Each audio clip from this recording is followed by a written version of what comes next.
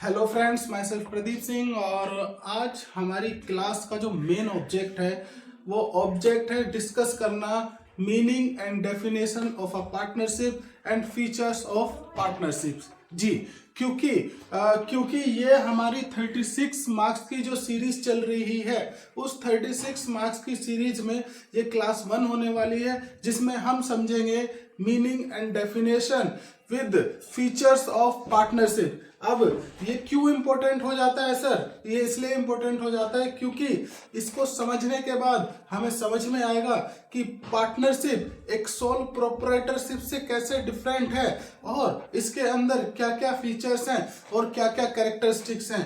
तो आज की जो ये क्लास होने वाली है इसमें मेन आपको समझ में आएगा meaning and definition with features of a partnership. तो मेरे साथ साथ बने रहिए। चलिए स्टार्ट करते हैं।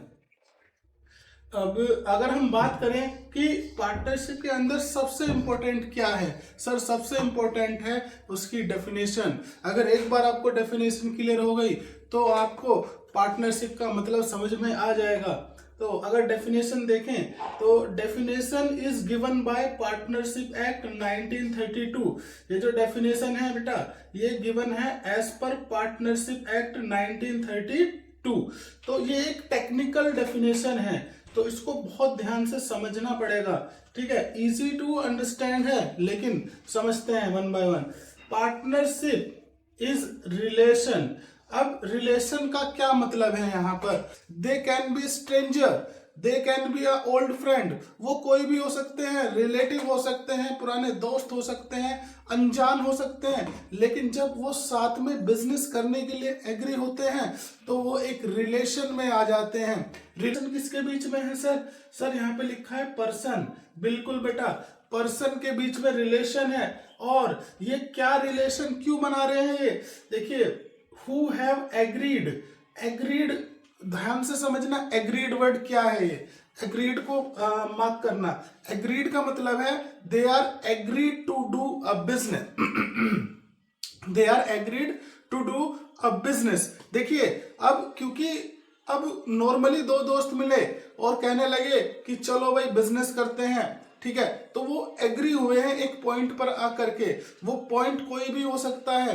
राम कह रहा है मुझे पानी पूरी का बिजनेस करना है, श्याम कह रहा है मुझे किराने की दुकान खोलनी है, और राज कह रहा है सर मुझे करना है बिजनेस शूज सेलिंग का। तो अब तीनों के विचार अलग अलग हैं, लेकिन तीनों ने मिलके बैठ के सोचा कि अभी शूज का बिजनेस कर लेते हैं कि हम शू सेलिंग करेंगे क्योंकि इसकी डिमांड बहुत ज्यादा है। तो यानी वो सारे एग्री हुए हैं एक पॉइंट पर आकर के।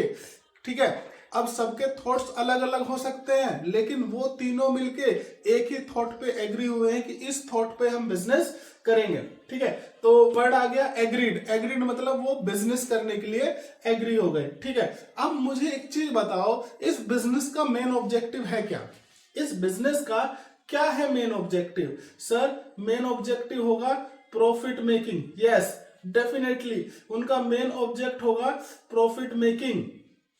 तो तीनों मिलकर के प्रॉफिट बनाएंगे और उस प्रॉफिट का कुछ कुछ हिस्सा वो आपस में लेकर के अपने घर चले जाएंगे। ठीक है, यही तो मतलब हुआ। हाँ सर, यही मतलब हुआ। ठीक है, नेक्स्ट पॉइंट अगर आप देखेंगे इसमें लिखा है बिजनेस कैरिड बाय ऑल और any one of them acting for all. ये एक बड़ा टेक्निकल वर्ड है, बिजनेस कैरिड बाय ऑल और any one of them acting for all. बेटा ये आपको याद भी हो जाएगा और समझ में भी आ जाएगा, इसको ध्यान से समझो। अगर मैं वन वर्ड में इसको डिफाइन करूं, business carried by all any one of them acting for all, तो मैं इसको कहूंगा म्यूचुअल एजेंसी। है सर म्यूचुअल एजेंसी मतलब? बेटा म्यूचुअल एजेंसी भी हम समझेंगे। ठीक है, तो अगर मैं डेफिनेशन को शॉर्ट में बात करूं तो डेफिनेशन का मतलब हो गया partnership is the relation between person who agree to share the profit of a business carried by all और any one of them acting for all. चलो इसको ब्रेक डाउन करते हैं डेफिनेशन को। ठीक है, तो अगर हम इसको ब्रेक डाउन करें ना तो हमें कुछ वर्ड्स मिल रहे हैं। ठीक है सर, हमें एक वर्ड मिला है यहाँ पर एक वर्ड मिला है एग्रीड, एक वर्ड मिला है एग्रीड। हाँ सर, ठीक है। दूसरा वर्ड मिला है सर, दूसरा वर्ड मिला है शेयरिंग प्रॉफिट। हाँ ठीक है सर। तीसरा वर्ड हमें मिला है सर, यहां पर तीसरा वर्ड हमें मिला है अपना म्यूचुअल एजेंसी। ठीक है सर, ये तीन वर्ड आप क्लियर करवा दीजिए। और म्यूचुअल एजेंसी को हम बोल रहे हैं carried by all, carried by all और any one of them acting for all. Sir अगर ये तीन वर्ड क्लियर हो जाए तो हमें समझ में आ जाएगा। ठीक है, तो अब इन तीनों वर्ड की बात करते हैं। सबसे पहले लेते हैं एग्रीड। देखिए एग्रीड वर्ड को अगर ध्यान से समझे तो दे आर एग्री, किन चीजों पे एग्री हुए हैं, टू डू अ बिजनेस। और बिजनेस में बहुत सारी टर्म्स एंड कंडीशन होती हैं सर, बिजनेस के अंदर बहुत सारी टर्म्स एंड कंडीशन होती हैं जिससे बनता है एक एग्रीमेंट। जिससे क्या बनता है सर, एक बनता है एग्रीमेंट। ठीक है, एक एग्रीमेंट बन गया सर। अब उस एग्रीमेंट पे वो शर्तों पे लोग राजी हुए हैं। जैसे मैंने आपको एग्जांपल के तौर पे बताया कि तीनों के मन में अलग अलग बिजनेस आइडियाज थे, लेकिन तीनों आकर के एक ही बिजनेस आइडिया पे सहमत हो गए, शूज सेलिंग का। तो अब उनका एक एग्रीमेंट हो गया। उस एग्रीमेंट में लिखी जाएंगी टर्म्स एंड कंडीशन, लिखी जाएंगी या डिसाइड होगी। अब मैं दो बातें क्यों बोल रहा हूं आपसे, मैं इसलिए बोल रहा हूं कि ये जो एग्रीमेंट है सर, ये एग्रीमेंट ओरल भी हो सकता है और ये रिटन भी हो सकता है सर। ओरल मतलब मौखिक और रिटन मतलब लिखित में। हाँ, मेरा मतलब वही है। तो एग्रीमेंट कैन बी ओरल और कैन बी रिटन। सर फायदा कौन से में है बेटा, फायदा तो हमेशा रिटन में ही होता है। ठीक है, क्योंकि अगर भविष्य में कोई डिस्प्यूट आया तो वो डिस्प्यूट का सेटलमेंट हो जाएगा एज पर दी एग्रीमेंट। लेकिन अगर भविष्य में डिस्प्यूट आया और आपने बनाया था ओरल एग्रीमेंट तो उसमें बड़ी समस्या आएंगी। ठीक है, उसमें लड़ाई झगड़े होंगे सर, उस लड़ाई झगड़ों को कैसे संभालोगे आप। ठीक है, तो हमने बात करी कि एग्रीड की अगर बात कर रहे हैं तो एक एग्रीमेंट निकल करके आता है, और एग्रीमेंट ओरल भी हो सकता है और रिटन भी हो सकता है। ठीक है सर, अब नेक्स्ट पॉइंट आता है इसमें शेयरिंग प्रॉफिट। सर क्या ये प्रॉफिट ले जाएंगे, अगर नुकसान हो गया तो क्या। बहुत बढ़िया सवाल आपके मन में आया है। ठीक है, हमने शूज सेलिंग का बिजनेस किया या कोई भी बिजनेस किया सर, लॉस की तो पॉसिबिलिटी है। हाँ, तो शेयरिंग प्रॉफिट में लॉस हिडन है सर, लॉस हिडन है। यानी अगर प्रॉफिट होगा तो भी डिस्ट्रीब्यूट होगा, और अगर लॉस होगा तो भी डिस्ट्रीब्यूट होगा। तो इसको आप ध्यान से समझो कि प्रॉफिट होगा तो भी पार्टनर्स में बटेगा, पार्टनर्स में डिस्ट्रीब्यूट होगा, और अगर लॉस होगा तो भी पार्टनर में डिस्ट्रीब्यूट होगा। ठीक है, खैर चलो अब आगे बढ़ते हैं। ठीक है, नेक्स्ट पॉइंट आता है म्यूचुअल एजेंसी। अब एक वर्ड लिखा था बिजनेस कैरिड बाय ऑल और any one of them acting for all. तो इसीलिए अब हम पढ़ेंगे कि इसका क्या मतलब है। देखिए ध्यान से समझना, म्यूचुअल एजेंसी, पहले मैं एक म्यूचुअल एजेंसी का मतलब समझ आता हूं आपको। एजेंसी का मतलब क्या है, एजेंसी का मतलब होता है कि इसके अंदर एक प्रिंसिपल होता है, एक प्रिंसिपल होता है और एज वेल एज एक एजेंट होता है। ठीक है, एजेंसी का मतलब ये होता है कि एक उसमें प्रिंसिपल होगा। जैसे मान लो राम और श्याम, राम है आपके बिजनेस का ओनर और श्याम है आपका एम्प्लॉय। तो यहां पर क्या है, एजेंसी है। एजेंसी का मतलब है कि राम के किए गए कामों के लिए, ध्यान से समझना मैं क्या बोल रहा हूं। राम कौन है, ओनर है, और ओनर को हम क्या बोल रहे हैं, हम प्रिंसिपल बोल रहे हैं सर। ओनर को हम बोल रहे हैं प्रिंसिपल। और श्याम क्या है, श्याम एम्प्लॉय है, और श्याम को बोल रहे हैं हम एजेंट। ठीक है, अभी मैं एजेंसी का मतलब समझा रहा हूं, म्यूचुअल एजेंसी बाद में समझाऊंगा, पहले एजेंसी समझ लो। तो यहां पर जो राम है वो ओनर है और उसको प्रिंसिपल कह रहे हैं, और श्याम जो है वो एजेंट है। अब जरा ध्यान से समझो, ये जो श्याम है ये एजेंट है, लेकिन ये जो काम कर रहा है इस काम का फायदा सिर्फ श्याम को मिलेगा या राम को भी मिलेगा? यानी बात मेरे ध्यान से समझो, श्याम जो वर्क कर रहा है उस वर्क से होने वाले फायदे में राम शामिल होगा या नहीं होगा, है ना? आप ऐसे समझो, आप एक बिजनेस चला रहे हो, आपके 100 एम्प्लॉय हैं, 100 एम्प्लॉय मिलके काम करते हैं, वो जो प्रॉफिट बनाते हैं क्या उस प्रॉफिट में आपका शेयर होता है या नहीं होता है? डेफिनेटली होता है सर। तो यही तो मैं समझा रहा हूं कि एजेंट जब भी काम करेगा, कोई भी एजेंट है और वो काम करेगा, आपका एजेंट है तो आपको उसका बेनिफिट मिलेगा, ठीक है। लेकिन प्रिंसिपल अगर कोई काम कर रहा है तो वो प्रिंसिपल वो अपने लिए काम कर रहा है। ध्यान से समझना, प्रिंसिपल तो करता है अपने लिए काम, सेल्फ, यानी बिजनेसमैन ने, मान के चलो हमारा शू सेलिंग का बिजनेस था, मैं एक बिजनेसमैन हूं और मेरे 10 एम्प्लॉय हैं, मेरा शू सेलिंग का बिजनेस है। ध्यान से समझना, जितना भी शू सेल होगा बाय एजेंट, तो जितना भी प्रॉफिट जनरेट होगा कुछ सैलरी देने के बाद वो प्रॉफिट में हिस्सा मेरा है, ठीक है। लेकिन अगर मैंने कहीं अदर बिजनेसेस भी ज्वाइन कर रखे हैं, मैंने शेयर मार्केट से पैसा कमा लिया सर, तो वो पैसा मेरा पर्सनल है, तो इसको बोलते हैं एजेंसी। एजेंसी मतलब कि प्रिंसिपल खुद के लिए तो है ही है रिस्पॉन्सिबल, पर एजेंट जो है, एजेंट जो भी काम कर रहा है उस एजेंट के किए गए कामों के लिए प्रिंसिपल भी लायबल हो जाता है, ठीक है। तो ऐसा आप समझ लीजिए कि एजेंट अपने लिए तो काम करता ही करता है, साथ में वो प्रिंसिपल के लिए भी काम करता है, ठीक है। इसको जरा ऐसे समझ लो, बहुत एक एग्जाम्पल से मैं आपको समझाता हूं, ठीक है।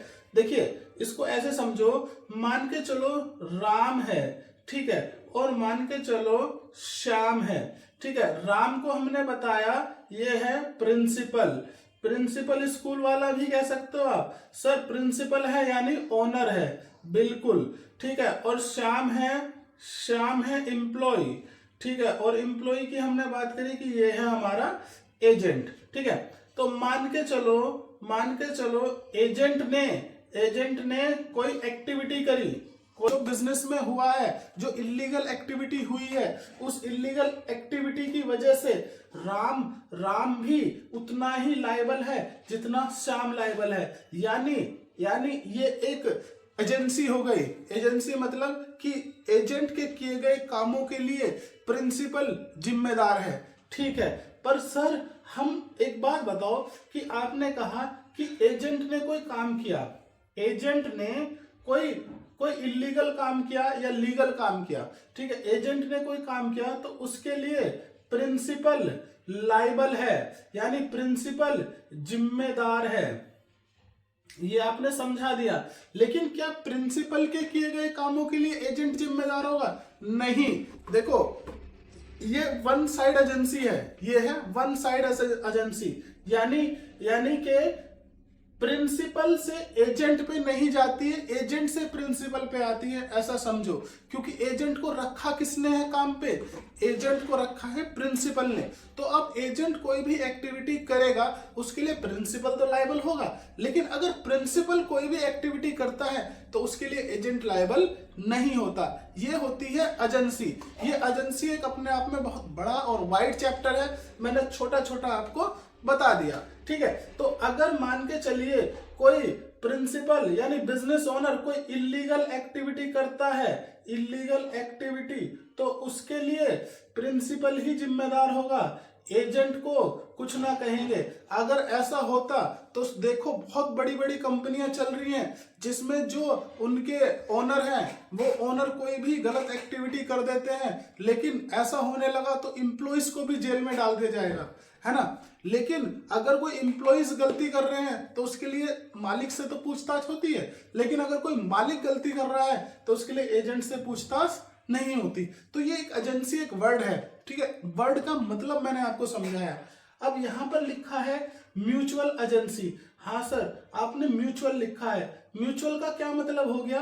म्यूचुअल का मतलब हो गया दोनों तरफा से एजेंसी है, ठीक है, वन साइड एजेंसी नहीं है। अगर आप कहो कि वन साइड एजेंसी है तो ये म्यूचुअल एजेंसी है। अब सर म्यूचुअल एजेंसी का क्या मतलब हुआ? म्यूचुअल एजेंसी का मतलब हुआ जैसे राम है, जैसे श्याम है, जैसे राज है। ध्यान से समझो, ये बिजनेस में पार्टनरशिप किसने करी है? तीनों लोगों ने पार्टनरशिप करी है सर। ठीक है, राम ने भी करी है, श्याम ने भी करी है और राज ने भी करी है।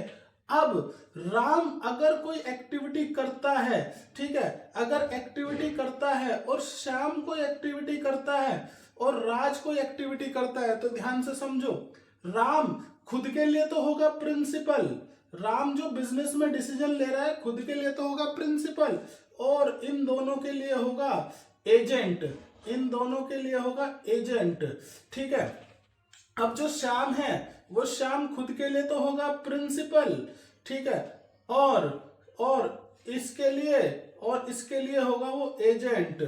ठीक है, एजेंट। ठीक है, अब जो राज है वो राज खुद के लिए तो होगा प्रिंसिपल, ठीक है, और इन दोनों के लिए होगा वो एजेंट, एजेंट। ठीक है, तो यानी कि ये अपने लिए तो प्रिंसिपल है सर, ये अपने लिए तो है प्रिंसिपल और दूसरे के लिए है एजेंट। तो ये ऐसे काम करता है म्यूचुअल एजेंसी में, partners principal for himself and agent for other. अब इसका रोल क्या है, इससे मतलब क्या समझ में आता है? आपने इलीगल एक्टिविटी में समझा दिया, लेकिन लीगल एक्टिविटी में भी समझा दो। देखो मैं दोनों में ही समझा देता हूं आपको। ठीक है, दोनों में समझो। मान के चलो तीनों लोग हैं, ठीक है, तीनों लोग हैं, राम, राज और तीसरा कौन था भाई अपना? राम, श्याम और राज। ठीक है, राम, श्याम और राज ये तीन पार्टनर थे। ठीक है, अब ऐसा समझो कि तीन में से मान लो जो राम है वो रेगुलर बिजनेस जाता है, वो रेगुलर बिजनेस जाता है, और जो श्याम है, श्याम बिजनेस नहीं जाता है सर। ठीक है, और जो राज है वो कभी कभी बिजनेस जाता है। तो सर इसमें तो राम को नुकसान हो रहा है। बेटा बिजनेस के अंदर ना फायदा होता है ना नुकसान होता है। बिजनेस आपने जब बिजनेस किया है तो आपको ये सारी चीजें फेस करनी पड़ेंगी। तो अब सर अगर मान लो प्रॉफिट हुआ, अब हमारा सवाल ये है, क्योंकि राम तो बिजनेस रेगुलर जा रहा है और श्याम तो आ ही नहीं रहा और राज कभी कभी जाता है, तो क्या राम को ज्यादा प्रॉफिट मिलेगा? ये नहीं हो सकता, क्योंकि राम जो एक्टिविटी कर रहा है वो अपने लिए तो कर रहा है, साथ में वो दूसरों के लिए भी कर रहा है। यानी जो भी प्रॉफिट होगा XYZ, ठीक है, प्रॉफिट कोई भी होगा वो डिस्ट्रीब्यूट होगा एज पर एग्रीड रेशियोज।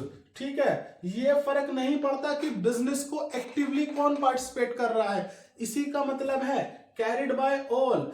ठीक है, एक तो ऑप्शन ये हो गया, और दूसरा ऑप्शन मैं बता देता हूं, राज प्लस श्याम प्लस आपका राज, श्याम और राम, ये तीनों लोग एक्टिवली पार्टिसिपेट कर रहे हैं बिजनेस में। एक्टिवली तीनों के तीनों लोग जाते हैं दुकान पे, करते हैं बिजनेस, कमाते हैं पैसा, और तीनों लोग में XYZ इन्होंने पैसा बनाया। अब बताओ कि डिस्ट्रीब्यूशन कैसे होगा? सर पहले वाले केस में राम ने बहुत मेहनत करी है सर, उसको बेनिफिट दे दो। सर ये हमारे हाथ में नहीं है।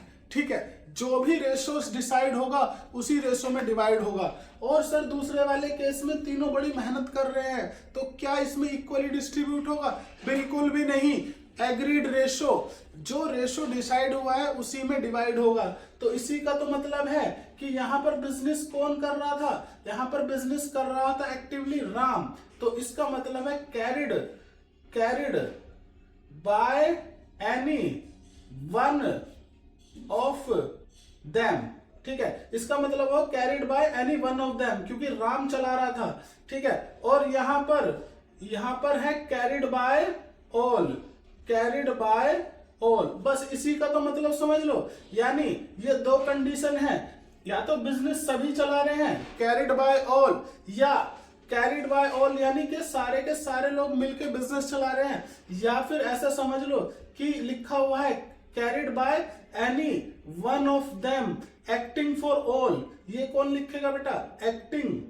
Acting for all. एक्टिंग कौन सी एक्टिंग है सर? ये क्या वो काम का दिखावा कर रहा है? नहीं, एक्टिंग का मतलब है कि वो बिजनेस के ऑपरेशंस को संभाल रहा है।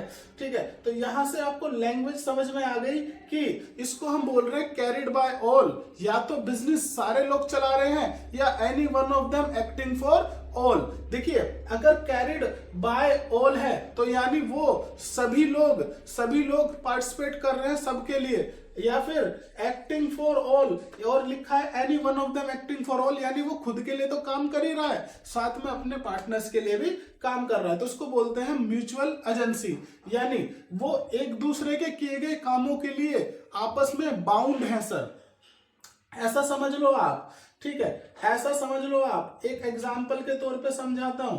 ठीक है, राम श्याम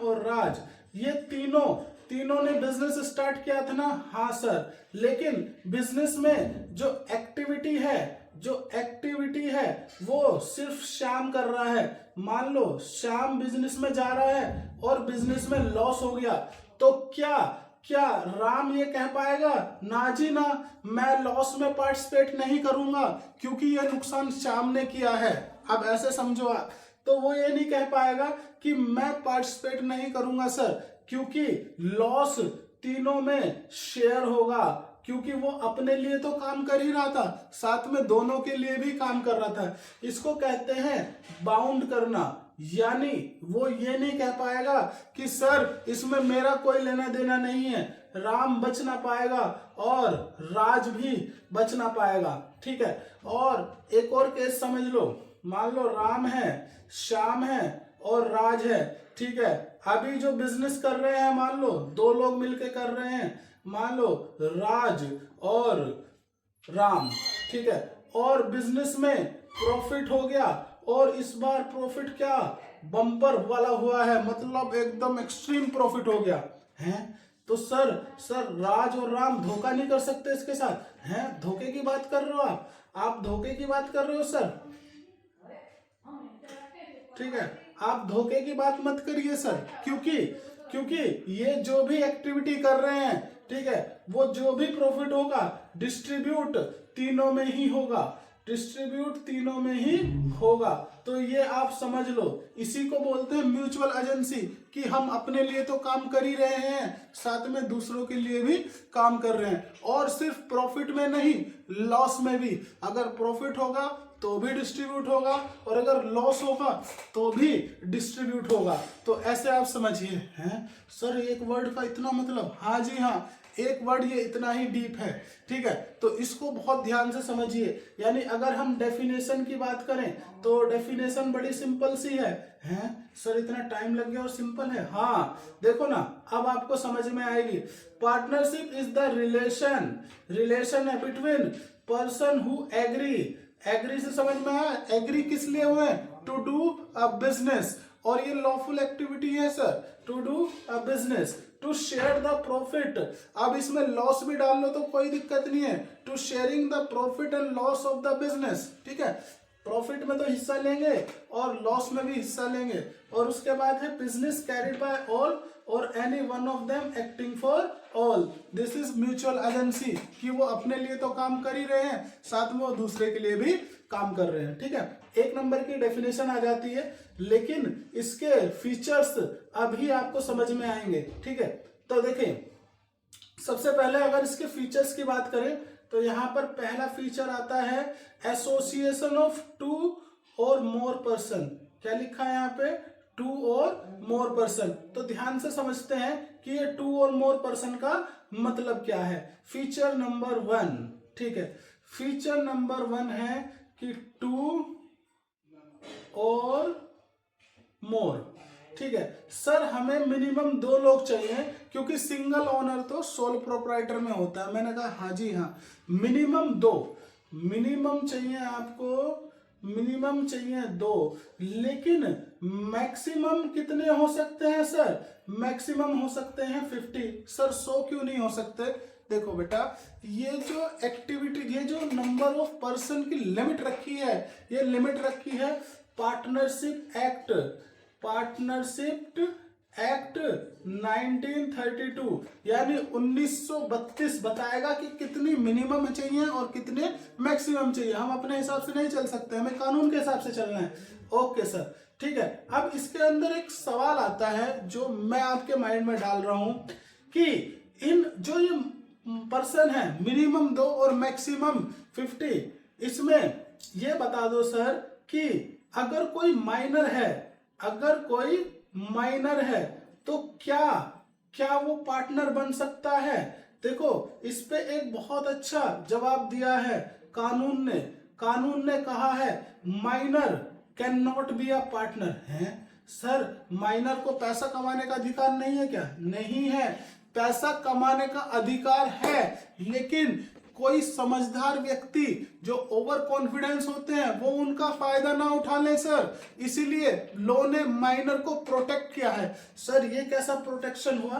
देखो ध्यान से, मैं समझाता हूं कैसा प्रोटेक्शन है। देखिए, माइनर कोई पार्टनर नहीं बन सकता पर बेनिफिशियरी पार्टनर बन सकता है। अब इसमें जरा ध्यान से समझो। है सर, बेनिफिशियरी पार्टनर का मतलब क्या है?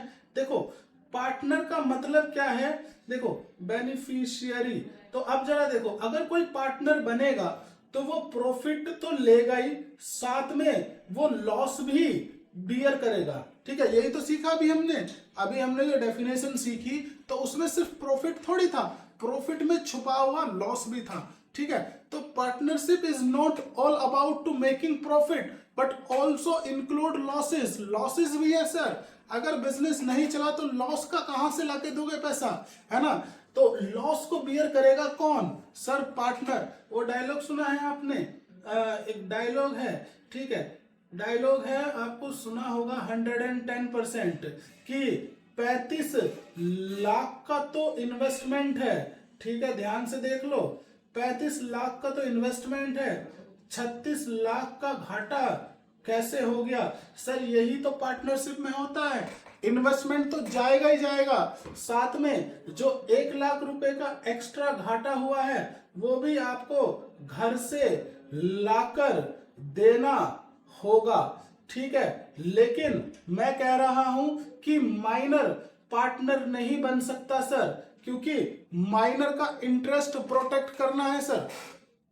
माइनर इज नॉट कॉम्पिटेंट, इतना वो कॉम्पिटेंट नहीं है वो अपने बारे में अच्छा या बुरा सोच पाए, तो उसका कोई फायदा ना उठा ले। तो हमने कहा कि minor can be a beneficiary partner.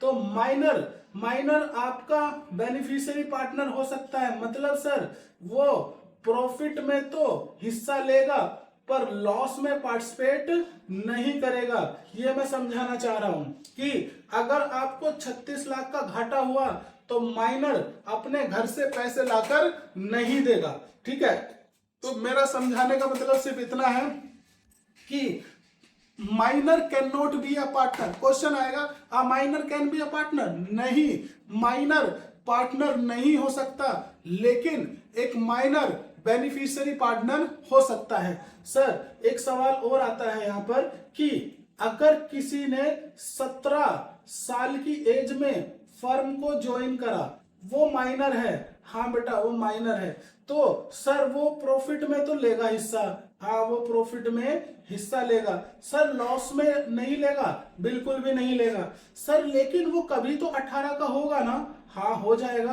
तो सर जब 18 का हो जाएगा तो क्या वो प्रॉफिट में हिस्सा लेगा? बिल्कुल लेगा।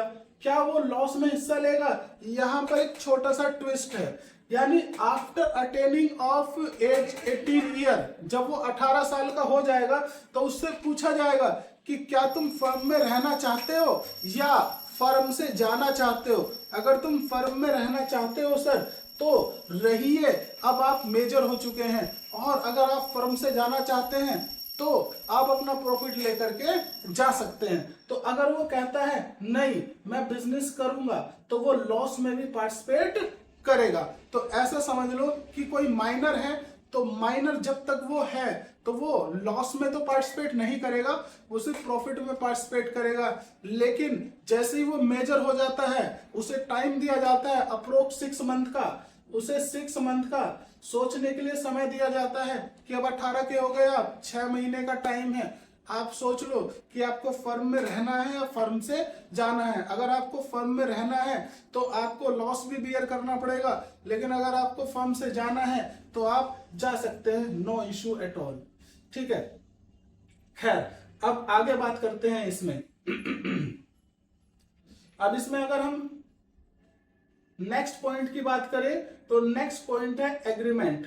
देखिए ये जो एग्रीमेंट है, एग्रीमेंट तो इसको हम डिस्कस करते हैं, बहुत ज्यादा डिस्कस नहीं करेंगे क्योंकि ये अपने आप में एक बड़ा टॉपिक है एग्रीमेंट। ठीक है, तो देखो एग्रीमेंट कैन बी ओरल और रिटन। ठीक है, मैंने आपको फ्लो में थोड़ा सा बता दिया कि इसमें बिजनेस की टर्म्स एंड कंडीशन डिसाइड होती है। सर यहां पर क्या डिसाइड होता है? बिजनेस की टर्म्स एंड कंडीशन। लेकिन सर अगर रिटन है तो रिटन में अगर कोई डिस्प्यूट आया, will settle according to agreement. ठीक है, अकॉर्डिंग टू एग्रीमेंट वो सेटल हो जाएगा। अगर रिटन है आपके पास तो सेटल हो जाएगा क्योंकि टर्म्स एंड कंडीशन लिखी हुई है। सर डिस्प्यूट नाम मात्र के बराबर आएगा और आएगा ही नहीं। मैं कह रहा हूं डिस्प्यूट विल नॉट अराइज क्योंकि सब कुछ लिखा हुआ है, पत्थर की लकीर है, स्टाम्प पेपर पे लिखा हुआ है सब कुछ। लेकिन अगर एग्रीमेंट ओरल है तो there is a high chance कि कोई डिस्प्यूट आएगा। सर डिस्प्यूट आएगा तो फिर आपस में लड़ाई झगड़े होंगे। मैंने कहा हाँ लड़ाई झगड़े होंगे, पर सर फिर उनके लड़ाई झगड़े कैसे रुकेंगे? तब हम सहारा लेंगे शक्तिमान का, और शक्तिमान का नाम है पार्टनरशिप एक्ट 1932।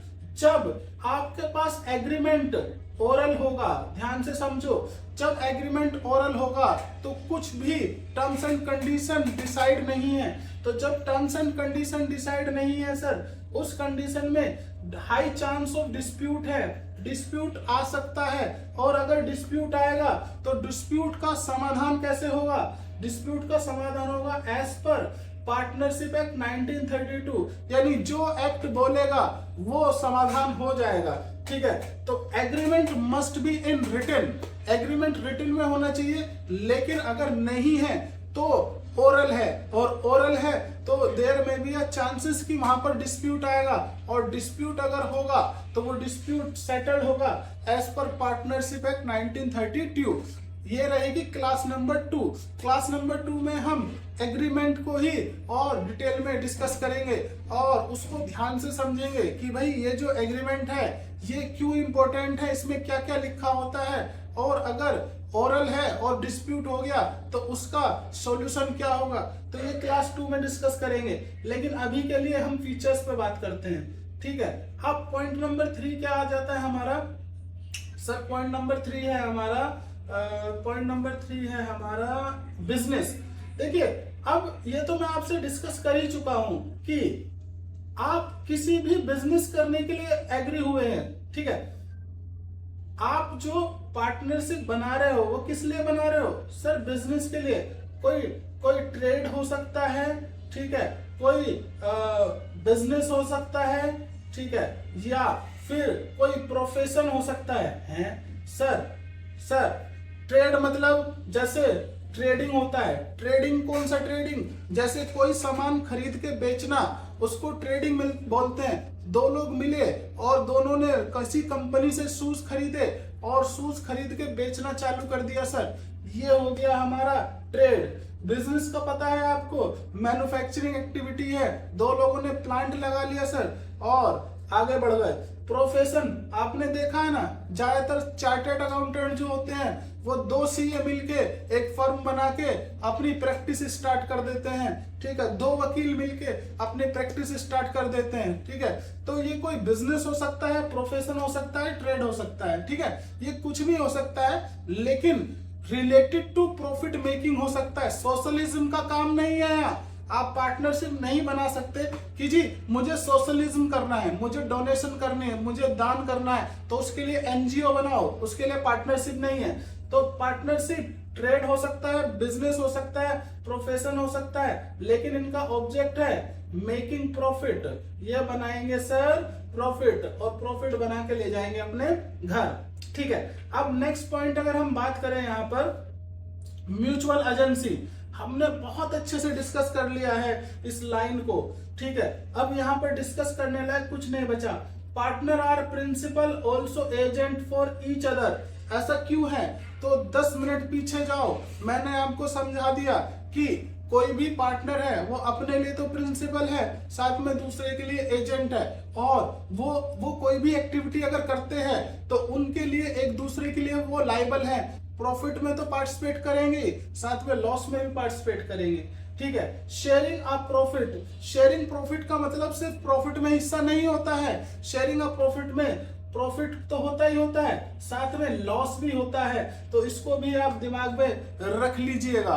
ठीक है, नेक्स्ट पॉइंट है लायबिलिटी। मैंने अभी आपको बताया 35 लाख का इन्वेस्टमेंट और 36 लाख का घाटा। कौन सी मूवी का डायलॉग है? 36 लाख का घाटा, बहुत फेमस मूवी है, नाम याद नहीं आ रहा, आ गया, चुप चुप के। ठीक है, चुप चुप के एक मूवी है शाहिद कपूर की, उसके अंदर बोलता है 35 लाख का इन्वेस्टमेंट, 36 लाख का घाटा, तो सर 1 लाख का क्या होगा? 1 लाख और दिया जाएगा, यानी ये 1 लाख रुपए लेकर के आएंगे पार्टनर अपने घर से। ठीक है, तो खैर ये सारी चीजें थी। हमने पार्टनरशिप की डेफिनेशन समझी, हमने पार्टनरशिप के फीचर समझे। ठीक है, और एक छोटा सा पॉइंट आ रहा है right of a partner. Sir partner के क्या क्या राइट हैं? तो राइट मैं आपको बता दूं कि पार्टनर्स के पास वही राइट हैं जो एक बिजनेसमैन के पास होते हैं। ठीक है, जैसे सर एक बिजनेसमैन बिजनेस में जाके अपनी बुक्स ऑफ अकाउंट देख सकता है। ठीक है, वो देख सकता है कि एक्टिविटी कैसे हो रही है, वो जाके बैठ सकता है। जैसे हमने एग्जांपल के तौर पे कहा कि 3 पार्टनर हैं, तीनों में से 2 ने कहा हम बिजनेस करेंगे, तुम अपने घर पे रहो। लेकिन जो घर पे पार्टनर है, क्या वो आ सकता है? बिल्कुल आ सकता है। क्या वो बुक्स ऑफ अकाउंट देख सकता है? बिल्कुल देख सकता है। क्या वो प्रॉफिट में अपना हिस्सा ले सकता है? बिल्कुल ले सकता है। ठीक है, तो ये सारे उसके राइट्स हैं, जो ये राइट्स उसको देता है एज पर पार्टनरशिप एक्ट 1932। तो फटाफट से देख लीजिए कि every partner except minor partner has a right to participate in the management to conduct of the business. यानी जो पार्टनर है जो घर पे बैठा हुआ था, हमने कहा था ना कि जो श्याम है वो अपने घर पे बैठा हुआ है, तो वो वापस आके अगर चाहे तो बिजनेस में इन्वॉल्वमेंट कर सकता है। वो कहे कि मुझे बिजनेस में आना है, दुकान पे बैठना है, तो आओ बैठो, मस्त करो काम। Every partner right to inspect the books of account. Sir ये राइट जरूरी है। हाँ जी हाँ, आपको कैसे पता है कि आपके साथ सही हो रहा है गलत हो रहा है, कोई पार्टनर आपके साथ गलती ना कर दे। ठीक है, तो इसलिए every partner has right to share the profit and loss in agreed ratio. Sir ये तो हमने डिस्कस किया है कि एवरी पार्टनर के पास राइट है प्रॉफिट एंड लॉस लेने का। ठीक है सर, इसमें लिखा है in case profit sharing ratio is not agreed तो it is share equally as provided Indian partnership act clause number 2। इसको ध्यान से समझो कि ये पॉइंट आएगा क्लास नंबर 2 में। ठीक है, if partner has advance loan to the firm he has right to receive the interest at agreed ratio, class number 2। ठीक है, in case of rate of interest is not agreed, interest is allowed 6%, again class number 2। in case of situation require partner has a right to according his best judgment and can independent for the expense incurred by him। तो मेरी बात समझो ध्यान से। ठीक है, in case situation require a partner has right to act according to his best judgment।